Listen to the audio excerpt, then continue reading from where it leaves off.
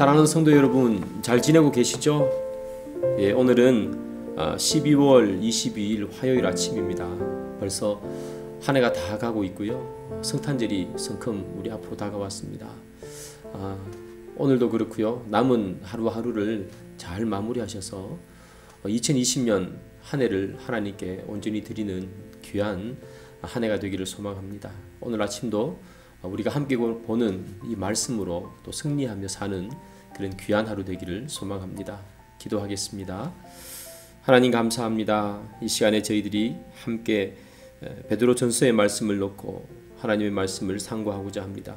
주님께서 주시는 귀한 은혜가 있는 오늘 이 아침이 되게 하시고 하나님의 말씀으로 저희들의 마음이 무엇인가 결단하고 결심하는 귀한 하루가 되게 도와주옵소서. 예수님의 이름으로 기도드립니다. 아멘. 네, 오늘 함께 보실 하나님 말씀은 베드로전서 5장 8절부터 14절까지입니다.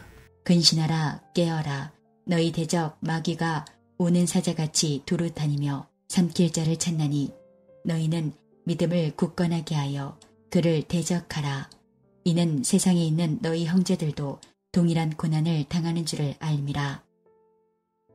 모든 은혜의 하나님 곧 그리스도 안에서 너희를 부르사 자기의 영원한 영광에 들어가게 하시니가 잠깐 고난을 당한 너희를 친히 온전하게 하시며 굳건하게 하시며 강하게 하시며 털을 견고하게 하시리라.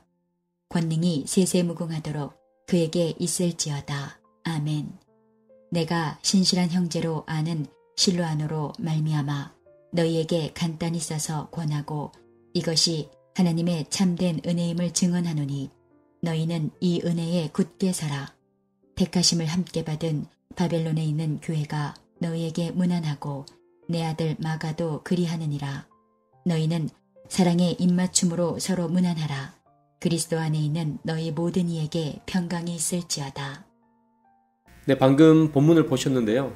오늘 본문 보시면 본문 시작을 이렇게 하죠. 근신하라 깨어라 이렇게 본문을 시작합니다. 근신하라 라는 말이 무슨 뜻인가?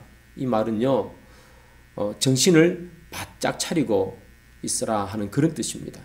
그러니까 근신하라 깨어라 하는 말은 똑같은 말을 두 번 반복한 거나 사실은 마찬가지죠. 그러면 왜 정신을 바짝 차리고 있어야 하는가? 그것은 계속 성경을 읽어보니까 마귀가 우는 사자처럼 삼킬 자를 찾아다니고 있기 때문에 우리가 정신 차리지 않고 있으면 마귀에게 먹힌다 이런 이야기를 하고 있는 것이죠.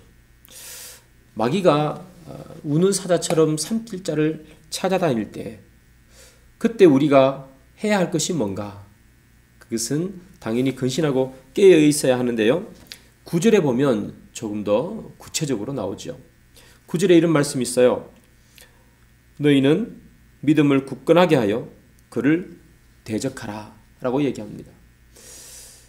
마귀가 우는 사자처럼 우리를 삼키려고 달려들 때 우리가 해야 되는 것은 그를 대적하라 이렇게 얘기합니다. 대적하는 겁니다. 막 피하고 무서워서 도망다니고 그런 것이 아니라 마귀가 오면 우리는 대적해야 합니다. 그런데 여러분 대적하라 하는 말 앞에 또 다른 하나의 문장이 있죠. 무슨 문장인가 하면 믿음을 굳건하게 하여 라는 구가 나옵니다. 믿음을 굳건하게 해서 대적하라는 거예요. 그냥 막 대적하면 안 된다는 거예요. 마귀가 오면 대적해야 되는데 대적하기에 앞서서 해야 되는 것은 믿음을 굳건하게 세우는 것이 먼저라는 거예요. 그렇지 않고 대적했다가는 오히려 마귀에게 당한다는 겁니다. 이것은 사실은 베드로 자신의 경험에서 나온 그런 이야기예요. 여러분 아시는 것처럼 이 베드로는요 얼마 전에 예수님을 부인했죠. 부인을 한두 번만 하는 게 아니라 3번을 부인하고요. 예수님을 저주하는 그런 베드로 여러분 성경에 보면 잘 나오잖아요. 그가 바로 예수님을 부인했던 거죠. 마귀의 공격에 그가 삼켜지고 말았던 것을 알 수 있습니다. 사실 이 베드로는요 예수님이 잡히시는 그날 밤, 십자가에 달리기 전날 밤에 이 베드로는 자신감이 충만했어요. 나는 예수님을 절대 버리지 않겠습니다. 다른 모든 사람들이 다 예수님을 버려도 나는 예수님을 버리지 않겠습니다라고 고백했던 게 베드로잖아요. 그런 자신감이 충만해 있었습니다. 그런데 여러분, 그에게 자신감이 충만했었는지는 몰라도 믿음이 강하지는 않았습니다.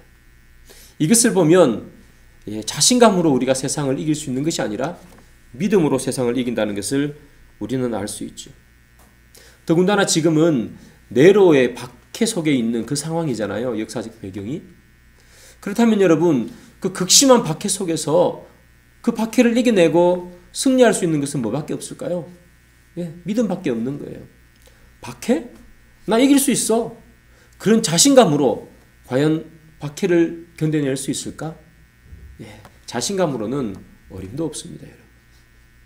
자신감이 필요한 것이 아니라 믿음이 필요하죠. 자신감을 가진다는 것은 훌륭한 마음가짐입니다만 믿음 없는 자신감은요, 교만일 뿐이에요. 그래서 우리가 늘 하나님께 주시는 믿음을 가지고 그렇게 믿음으로 나가야 되는 거지, 믿음 없는 교만한 자신감으로 세상을 살아갔다가는 우리는 마귀에게 넘어지기가 일수인 것입니다.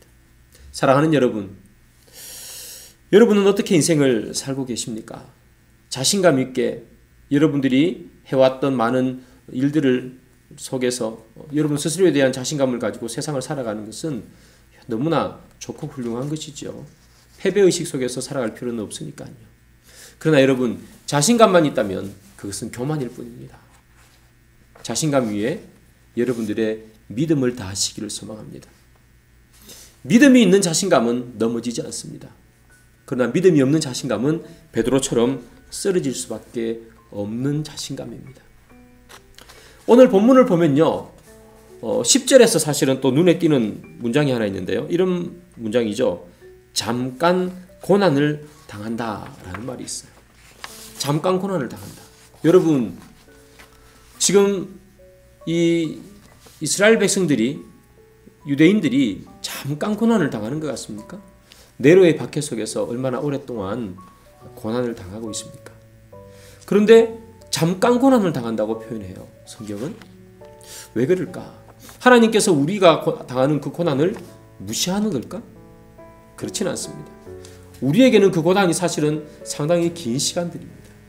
그럼에도 불구하고 성경에서 그것을 잠깐이라고 표현한 것은 바로 고난 뒤에 올 영원한 영광과 비교가 되지 않기 때문이죠. 로마서 8장 18절에 이런 말씀이 있습니다. 생각하건대 현재의 고난은 장차 우리에게 나타날 영광과 비교할 수 없도다. 이런 말씀이 있어요. 지금 고난이 오지만 그것이 잠깐인 이유는 후에 올 영광이 너무나 크고 그리고 그 영광이 영원하기 때문에 그래요.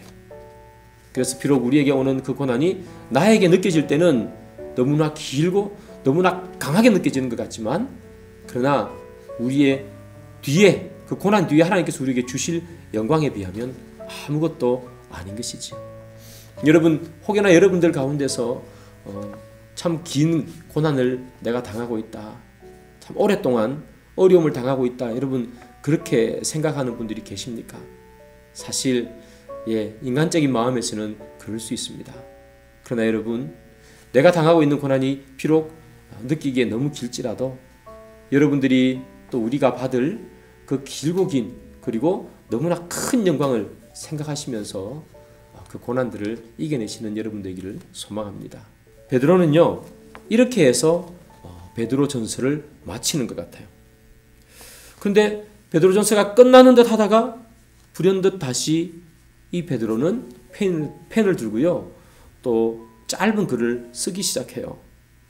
왜냐하면 글을 끝맺음문을 하나 하려다 보니까 떠오르는 사람 두 명이 있었어요. 그게 누군가 하면 실루아노와 마가, 이 두 사람이에요.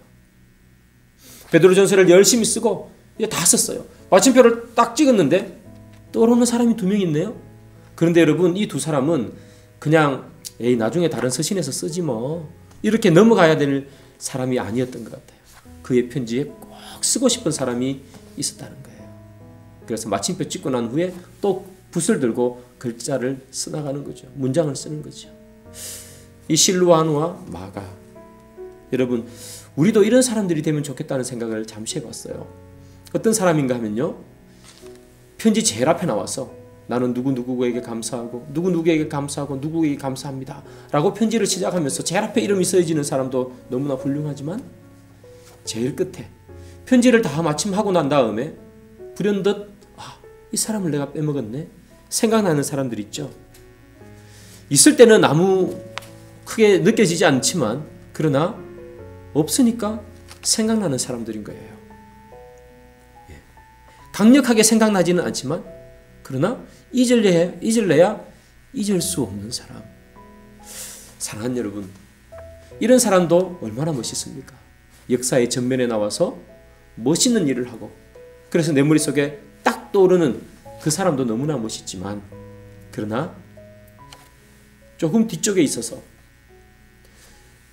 이름이 전면에 나타나지는 않지만 그러나 끝끝내 내 머릿속에 기억에 남고, 끝끝내 하나님의 머릿속에 기억에 남고, 끝내 편지를 마무리할 때 이름이라도 꼭 적어줘야지 하는 고마운 마음이 생각이 드는 그런 사람. 여러분, 우리가 그런 사람일 수 있었으면 좋겠습니다.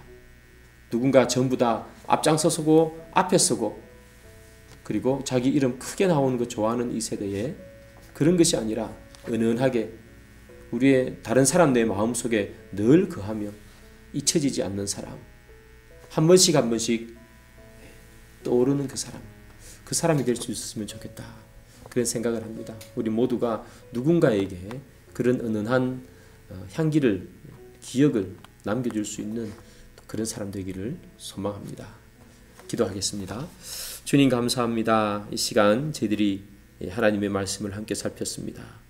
주님, 저희들 자신감으로 인생을 살아가는 것이 아니라 믿음으로 살게 하시고, 믿음으로 살 때에 주님께서 주시는 영원한 영광, 그 영광을 바라보며 하루하루 살아갈 수 있도록 인도해 주옵소서. 예수님의 이름으로 기도드립니다. 아멘.